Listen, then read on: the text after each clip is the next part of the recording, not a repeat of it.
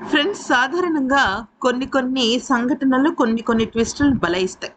అయితే విజయ్ భార్య సంగీత ఏ ఆర్థిక స్వతంత్రం ఇవ్వటం లేదు అని చెప్పేసి విజయ్‌కి ఇచ్చే పిటిషన్ అంటే విడాకుల పిటిషన్‌లో తను నన్ను ఆర్థికంగా ఆయన చాలా ఎక్కువగా ప్రెషర్ పెడుతున్నారు.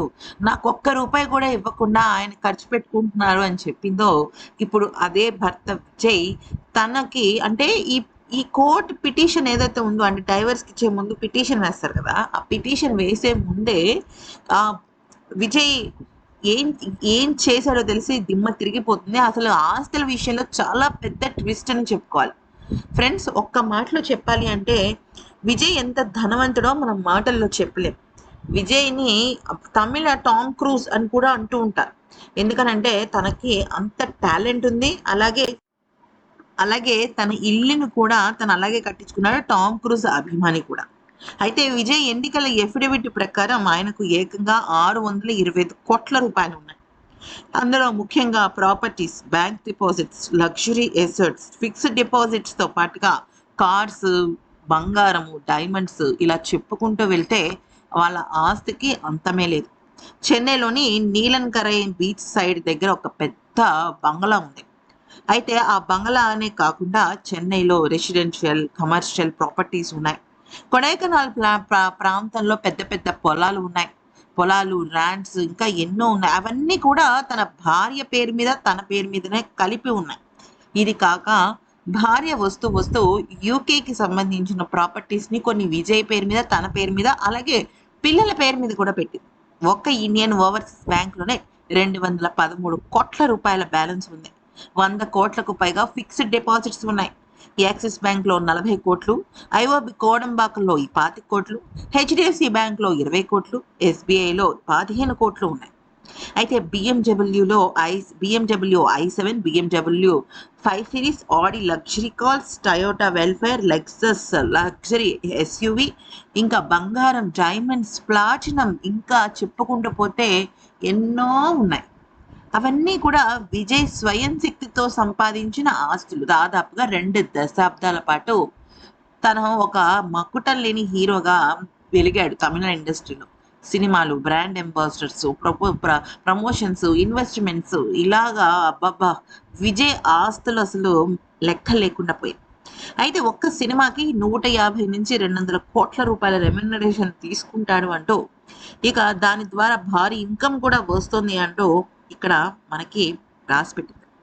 అయితే విషయంలోకి వచ్చినట్టయితే ఇప్పుడు అసలు మ్యాటర్ ఏంటి అంటే ఇక్కడ ఇక మ్యాటర్ ఏంటి అంటే ఎప్పుడైతే అంటే విజయ్ చాలా అంటే చాలా ప్రేమ అనమాట తన భార్యన్న, తన పిల్లలన్నా కూడా.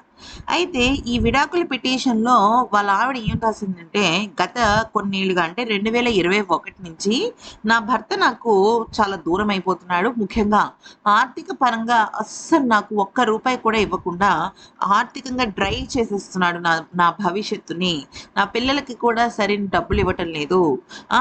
నేనేమన్నా డబ్బులు అడిగితే కేవలం నాకు ఒక అప్పుగా ఇస్తున్నాడు అని చెప్పేసి చాలా రకాల విషయాలను చెప్పింది.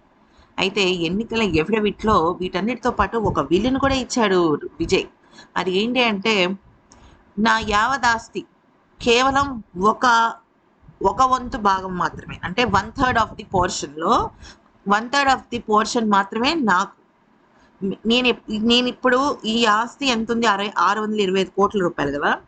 అంటే ఇప్పుడు విజయ్ తదనంతరం కానీ, లేకపోతే విజయ్ ఎప్పుడైనా వాళ్ళకి ఆస్తి ఇవ్వాలనుకుంటే, అప్పుడు ఉన్న ఆస్తిలో కేవలం ఒక వంతు మాత్రమే విజయ్ తీసుకొని, మిగిలిన మొత్తం అంతా కూడా తన భార్య, పిల్లలకే రాసేశాడు. దీన్ని బట్టి మనకేమర్థమవ్వాలి ఫ్రెండ్స్? ఏ భార్య అయితే పిటిషన్‌లో నాకు ఆర్థిక స్వతంత్రం ఇవ్వటం లేదో నా భర్త అందో, ఆస్తి మొత్తం సర్వస్వం తన భార్యకి, పిల్లలకే రాశాడు. ఆ తర్వాత దాని విడాకులు తీసుకుందా, ముందే తీసుకుందా అనేది అనవసరం. కానీ తన మనసులో ఎంత అద్భుతమైన ఆలోచన ఉంది. అంతేకాకుండా ఇంకొక మాట కూడా రాశాడు దాంట్లో. అదేంటంటే, నా కుటుంబ సభ్యులకే నేను అప్పు ఇచ్చిన సందర్భాలున్నాయి. దాదాపుగా ₹1,00,00,000కు పైగా నేను నా కొడుక్కే అప్పిచ్చాను. 12,00,00,000 రూపాయల నుంచి 28, ఒకసారి 80,00,00,000 రూపాయలు మా నాన్నగారికి, నా కజిన్స్‌కి అలాగా అప్పు ఇస్తూ వచ్చాను. కారణం ఏంటో తెలుసా? అప్పు ఇస్తేనే వాళ్ళకి తిరిగి ఇవ్వాలి. మేము అప్పు తీసుకున్న దానికి కారణం తెలియాలి అని వాళ్ళు ఆలోచిస్తారు. ఎంతో హాయిగా ఆలోచించి ఆ డబ్బుని తిరిగి నాకు మళ్ళీ అప్పు తీర్చడానికి కష్టపడతారు. వాళ్ళల్లో డబ్బు విలువ తెలియడమే కాకుండా వాళ్ళ తెలియని టాలెంట్ వస్తుంది. నేను కేవలం నా కుటుంబ సభ్యులకి మాత్రమే కాదు, నా అనుకున్న వాళ్ళందరికీ నేను అప్పే ఇస్తాను ఎవరైనా డబ్బు కోసం నా దగ్గరికి వస్తే. ఎందుకనంటే డబ్బుని అలాగా అపాత్రదానం చేయటం అనేది కరెక్టే కొన్ని సందర్భాల్లో. కానీ అప్పుగా ఇస్తేనే అది రుణం తీరుతుంది అంటూ చెప్పుకొచ్చాడు. అయితే దీని మీద చాలామంది చాలా రకాల విమర్శలు చేసినప్పటికీ కూడా విజయ్ పద్ధతి చాలా అద్భుతంగా ఉంది. ఏ భార్య అయితే తన పిటిషన్ అలా వేసిందో అదే భార్య ఇప్పుడు టోటల్‌గా విజయ్‌ని అర్థం చేసుకుంది. విజయ్‌తో విడాకులు క్యాన్సిల్ చేయడానికి ప్రధానమైన కారణం అసలు తను చేసిన తప్పు తను తెలుసుకోవడం.